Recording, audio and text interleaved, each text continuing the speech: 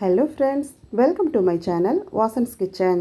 இன்றைக்கு நம்ம பார்க்க போகிறது ஒரு பயனுள்ள ஏப்ரல் மே வந்தாலே சில்லுன்னு எதையாவது குடிக்கலாம் அப்படின்னு தான் நமக்கு தோணும். ஏன்னா அந்தளவுக்கு வெயிலோட தாக்கம் அதிகமாக இருக்கும். அதுவும் வெளியில் போயிட்டு வந்தோம் அப்படின்னா வந்த உடனே நல்லா சில்லுன்னு நம்ம தொண்டைக்கு ஏதாவது இறக்கணும் அப்படின்னு தான் தோணும் ஃப்ரெண்ட்ஸ். ஆனால் தண்ணி நம்ம ஃப்ரிட்ஜில் வச்சு குடிக்கிறத விட இந்த மாதிரி மண்பானையில் வச்சு தண்ணியை குடிக்கிறது உடம்புக்கு ரொம்பவே ஹெல்தி கூட. ஸோ ஃபஸ்ட்டு மண்பானையை நம்ம எப்படி பழக்கப்படுத்தலாம் அப்படின்றத பார்க்கலாம். புதுசாக மண்பானை வாங்கணும் அப்படின்னா அந்த மண்பானையில் நிறைய தூசிகள் இதெல்லாம் இருக்கும். முதல்ல மண்பானையை நல்லா தேய்ச்சி கழுவி எடுத்துக்கலாம். ஸ்க்ரப்பரை வச்சு ஒரு 2 இல்லை 3 தடவை கூட நல்லா வாஷ் பண்ணி எடுத்துக்கலாம்.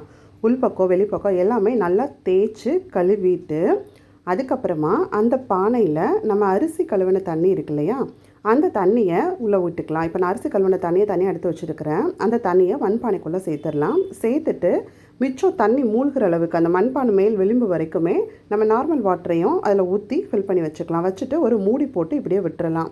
ஒரு நாள் ஃபுல்லாக இந்த தண்ணியை அப்படியே உள்ளேயே இருக்கிற மாதிரி விட்டுறலாம். மண்பானை ஃபுல்லாக தண்ணி இருக்கிறதுனால அந்த சின்ன சின்ன ஓட்டைகள் எல்லாம் இருக்கும் மண்பானையில். அது வழியாக தண்ணி கசியும். நம்ம அப்படியே வச்சோம் அப்படின்னா நம்ம வைக்கிற இடம் ஃபுல்லாகவே தண்ணி ஆகிடும்.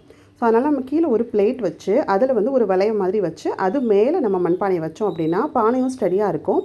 தண்ணி எது லீக் ஆச்சுனாலும் அந்த பிளேட்டில் கலெக்ட் ஆகிரும். நம்ம எடுத்து க்ளீன் பண்ணுறதுக்கு ஈஸியாக இருக்கும். ஒரு நாள் ஃபுல்லாக அந்த அரிசி கழுவின தண்ணியிலே மண்பானையை வச்சுட்டு மறுநாள் அந்த தண்ணி கீழே ஊற்றிட்டு நம்ம நார்மல் வாட்டர் இருக்கு இல்லையா, அந்த தண்ணியை மண்பானையில் கழுவிட்டு ஃபில் பண்ணி வச்சிடலாம். இதே மாதிரி ஒரு 2 நாளைக்கு மண்பானை ஃபுல்லாக தண்ணி இருக்கிற மாதிரி பார்த்துக்கணும்.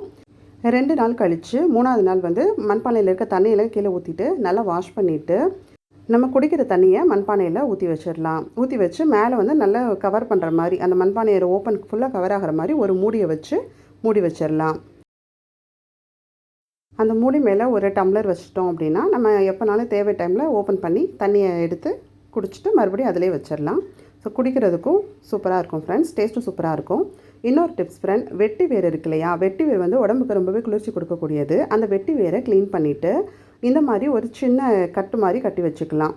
இதை நல்லா கழுவிட்டு நம்ம தண்ணி ஊற்றி வச்சுருக்கோம் இல்லையா மண்பானை, அந்த மண்பானை தண்ணிக்குள்ளே இதை வெட்டி வேரை போட்டுட்டோம் அப்படின்னா அந்த வெட்டி வேரில் இருக்கக்கூடிய சத்துக்கள் தண்ணியில் இறங்கும். தண்ணி நம்ம குடிக்கும்போது நல்லா வாசனையாகவும் டேஸ்ட்டாகவும் இருக்கும். வெட்டி வேர் வெயில் காலத்தில் உடம்புக்கு ரொம்பவே குளிர்ச்சி கொடுக்கக்கூடியது ஃப்ரெண்ட்ஸ். ஸோ மண்பானை யூஸ் பண்ணும்போது இந்த மாதிரி வெட்டி வேரை உள்ளே போட்டு யூஸ் பண்ணுங்கள், உடம்புக்கு ரொம்பவே நல்லது. இந்த வீடியோ உங்களுக்கு ரொம்பவே பயனுள்ளதாக இருக்கும்னு நம்புகிறேன் ஃப்ரெண்ட்ஸ். நீங்களும் இந்த சம்மருக்கு மண்பானை தண்ணியை குடிச்சு பாருங்கள். தண்ணி குடிக்கும்போது நம்ம உடம்புக்கும் குளிர்ச்சி, உடம்புக்கும் ரொம்பவே நல்லது. இந்த வீடியோ உங்களுக்கு பிடிச்சிருந்தா லைக் பண்ணுங்கள், கமெண்ட் பண்ணுங்கள், உங்கள் ஃப்ரெண்ட்ஸ் அண்ட் ரிலேஷன்ஸ்க்கு ஷேர் பண்ணுங்கள். இது வரைக்கும் நம்ம சேனலை சப்ஸ்கிரைப் பண்ணாதவங்க மறக்காமல் சப்ஸ்கிரைப் பண்ணிக்கோங்க ஃப்ரெண்ட்ஸ். தேங்க்ஸ் ஃபார் வாட்சிங்.